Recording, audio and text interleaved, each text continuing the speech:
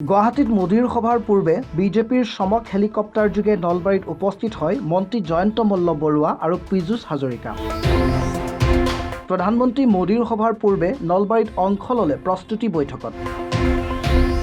নলবাৰী আৰক্ষী অধীক্ষকৰ কাৰ্যালয় খেলপথাৰত হেলিকপ্টাৰৰ জৰিয়তে উপস্থিত হৈ বৈঠকত অংশ ল'লে বিজেপিৰ কৰ্মীৰ সৈতে তিনি মন্ত্ৰীয়ে।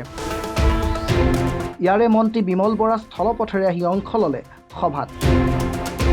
কাইলৈ দেশৰ প্ৰধানমন্ত্ৰীয়ে গুৱাহাটীত অংশ ল'ব জনসভাত। তাৰ পূৰ্বে আজি মন্ত্ৰী বিমল বৰা, জয়ন্ত মল্ল বৰুৱা আৰু পীযুষ হাজৰিকাই দলীয় কৰ্মীৰ সৈতে মত বিনিময় কৰে। প্ৰায় 2 লাখ লোকে মোদীৰ সভাত অংশ লোৱাৰ কথা উল্লেখ কৰে। নলবাৰীৰ পৰা 10,000 লোক উপস্থিত হ'ব মোদীৰ গুৱাহাটীৰ সভাত।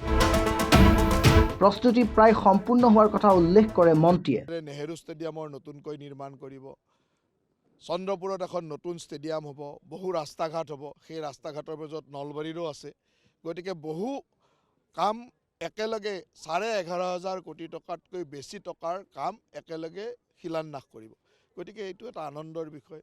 নলবাৰীৰ ৰাইজে প্ৰতিবাৰেই যিকোনো আমাৰ ৰাষ্ট্ৰীয় নেতা আহিলে উৎসাহেৰে তেখেতক আদৰণি জনাবলৈ যায় আৰু মোদী ডাঙৰীয়াৰ নাম শুনাৰ লগে লগে নলবাৰীৰ মানুহ উথপ লাগি আছে যে কিমান মানুহ বেছি যাব পাৰে।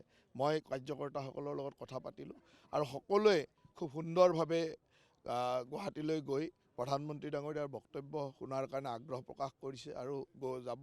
তাৰ কাৰণে এটা উৎসাহজনক পৰিৱেশ আৰু মই ভাবোঁ যে আমাৰ দলৰ কাৰ্যকৰ্তাসকলে সেই প্ৰধানমন্ত্ৰী ডাঙৰীয়াক স্বচক্ষে দেখাৰ যিটো সৌভাগ্য, সেই সৌভাগ্য ল'ব খোজে। কাৰণ প্ৰধানমন্ত্ৰী নৰেন্দ্ৰ মোদী ডাঙৰীয়া এনেকুৱা এজন প্ৰধানমন্ত্ৰী যিনে এমাহ, 1.5 মাহ, 2 মাহৰ মূৰত অসমলৈ আহি আছে।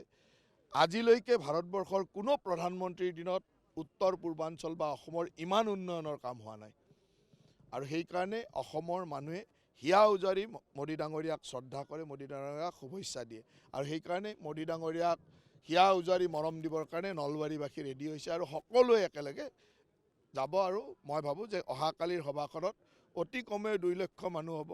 গতিকে এটা উখল মাখল পৰিৱেশ হ'ব আৰু সেই পৰিৱেশটোৰ কাৰণে আমি অধীৰ আগ্ৰহেৰে ৰৈ আছোঁ। কালি প্ৰায় 2 লাখতকৈ অধিক মানুহ আহিব।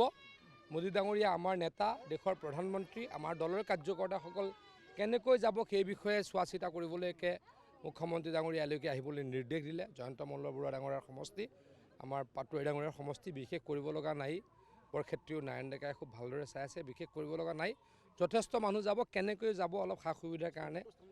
আজি বজালীলৈকে গ'লোঁ, বৰপেটালৈকে গ'লোঁ আৰু তামোলপুৰলৈকে গ'লোঁ, লাষ্ট নলবাৰীলৈকে আহিলোঁ আৰু ৰাইজ আমাৰ কাৰ্যকৰ্তাসকলৰ খবৰ ল'লোঁ।